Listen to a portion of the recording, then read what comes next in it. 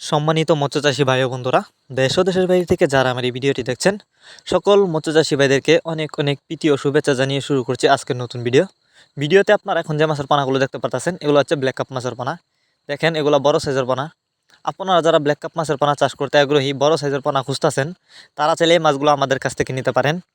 Because এই মাছগুলো আমরা পিস হিসাবে বিক্রি করতেছি। তো আপনারা জানেন এই ব্ল্যাক কাপ মাছ চাষে লাভ বেশি। এই মাছ চাষের ক্ষেত্রে আলাদা কোনো খরচ লাগে না। আপনি এই মাছগুলিকে খাবার ছাড়াই চাষ করতে পারবেন। এই মাছগুলো মূলত পুকুরের শামুক ঝিনুক খেয়ে বড় হয়।